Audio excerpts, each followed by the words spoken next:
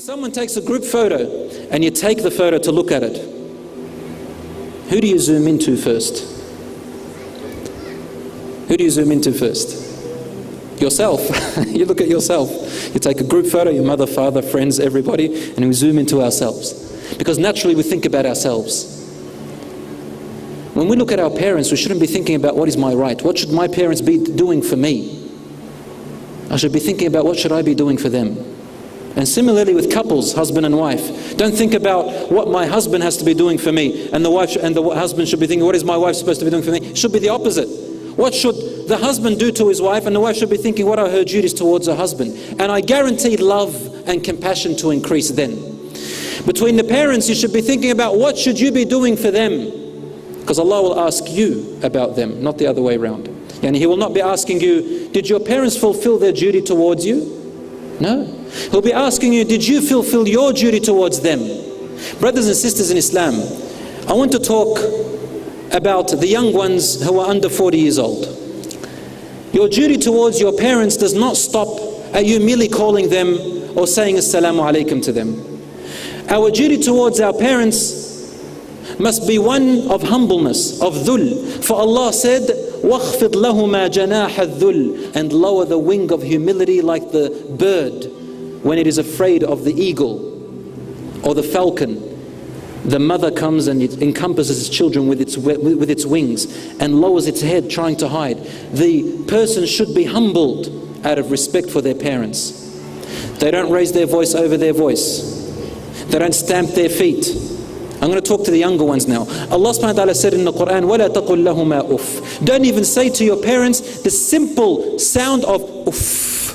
You know, if Ibn Abbas says, if there was a slighter word, a more subtle word, a smaller word than uff, Allah would have mentioned it. But the least that a person can, the least word a person can say in disrespect to the parents is uff, blowing a bit of air out of their mouth. You know, when a father says, son, can you take the rubbish out? They go, you're upstairs. Mother says, Ya Bilal. What now? They're talking to themselves. You know, going like this, oh, that's bigger than uff. That is disobedience to the parents. Sometimes we're at the dinner table. Mum says, Fatima, she just says her name. She's drinking. And then she slams the cup on the table. This is bigger than uff. Ya Muhammad, can you go and help your sister? Oh, why me? Stamping the feet is very common, isn't it? Young ones, do you know what I'm talking about? Sometimes they slam the door. Oh, Mum and Dad come along and say, what are you doing, son? So I didn't do anything. I didn't do anything to you. I just slammed the door. Be careful. These children, subhanAllah, they know how to wiggle their way out of things. Sometimes they say, why didn't you tell my sister? Why doesn't so-and-so do it? This is all disobedience and defiance to the parents. There are angels writing these things. Listen to what Rasulullah sallallahu alayhi wa sallam said. He said, "Burru aba'akum taburrukum abna'ukum." Be dutiful towards your parents. As a result, your children will be dutiful towards you. This is a two-sided thing, brothers and sisters. I want you to analyze it. If you want your children to respect you, to be good to you, to look after you when you are weak, when you are feeble, when you become very old in age, when you can't walk, when you need someone to feed you with a spoon, when you need someone to take you to the toilet, when you need someone to bathe you, when you need someone to carry you, when you need someone to hold your hand and to treat you the same way you treated them when they were babies, infants, then they need to see from you the respect and the goodness from you towards your parents. When they visit their grandparents, they need to see how you treat your parents. They need to see how you talk to your parents. You know, there is a saying that says, we always complain that our children don't obey us. Am I right or wrong? They don't listen to us, but they never fail to imitate us. Correct? Wallahi, they imitate the way you tie your shoelace. I don't see too many shoelaces here in the Emirates. But back when we have lots of shoelaces, they see the way you tie your shoelace. They see the way you look at the mirror. If you brush your teeth, they'll brush their teeth. If you wash your hands, they'll wash their hands. If you don't, they don't. When the husband and wife argue, the children will grow up arguing. If you make promises and don't fulfill them, they will also do the same. They don't fail to imitate us. So when you are dutiful to your parents, they'll be dutiful towards you. If you don't have contact with your parents, your children will grow up learning this. See, when I got married, I mean, all of us, when you get married and you have a problem in your marriage, and you look at your wife or your husband and there's this situation you've never encountered before, where do you get your example from? I mean, where do you recall? Who do you think of to try and solve this problem? The only place you can think of are your parents. You think how my father used to deal with it, how my mother used to deal with it, and so you apply it. So we are role models, my dear brothers and sisters. Role models. I made a survey before I came here at the school which I teach in, and honestly I was about to do a workshop about parenting and the children with their parents, and wanting the parents and the children to actually talk to each other and have a dialogue. So I went and did a survey, and I asked the year 7s, the year 8s, year 9s and year 10s, how do you find the treatment between you and your parents? What would you like to see in your parents towards you? And the number one aspect they talk about, and these are children from different backgrounds, you know, Fijian, Indian, Pakistani, Lebanese, Emiratis, Moroccan, Egyptian, Australian, everything, you name it. They said the number one factor is that we wish our parents would not overreact when we tell them something. So I said, so who of you are able to talk to their parents about their secrets? Not many of the students put their hands up. Why? Who would you go to? They go, well, we'll go to the internet. We ask our friends. I said, so when you reach puberty, who of you are capable to talk to their mother and father about puberty? I can see some people smiling here because they're a bit embarrassed. My brothers and sisters, you need to establish a trust with your children in order for them to look after you later on. You need, if you want to raise them well, you need to also be that role model where you have a good relationship, an excellent relationship with them. So,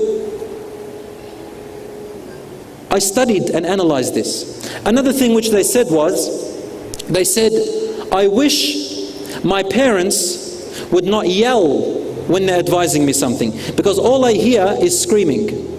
I don't get the message. You need to be able to get the message across. So the next time they shout and yell, analyze. Talk with your wife, talk with your husband.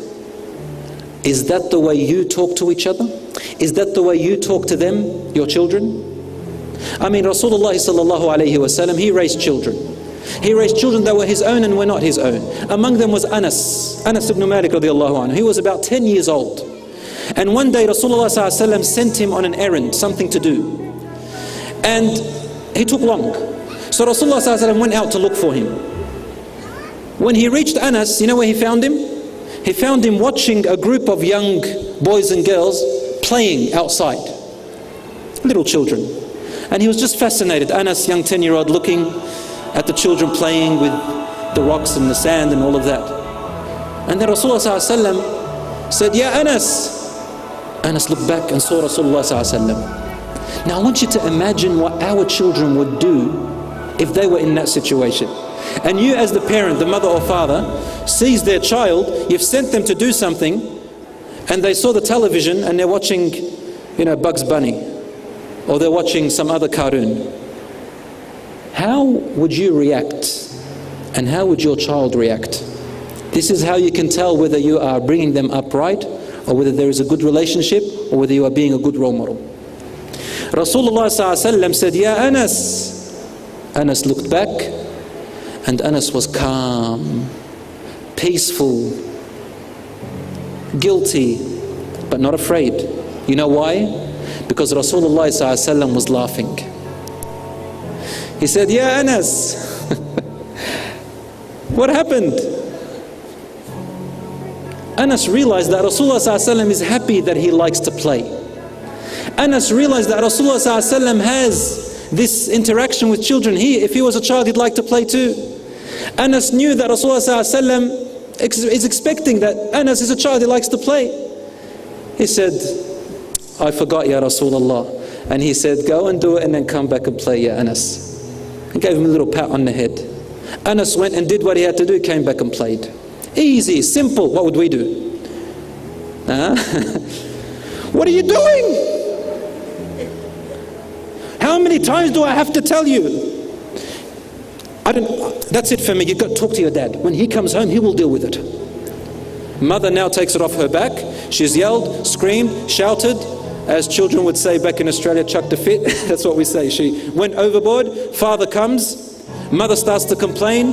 Your son, your daughter, your son, your daughter. I've told them a million times. It's time to brush their teeth. It's time to do that. And they keep going here and there and there and there and there. When are we going to discipline them? This is your fault. Your fault.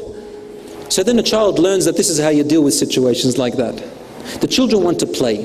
So play with them. But obviously discipline them. And when you discipline them with care.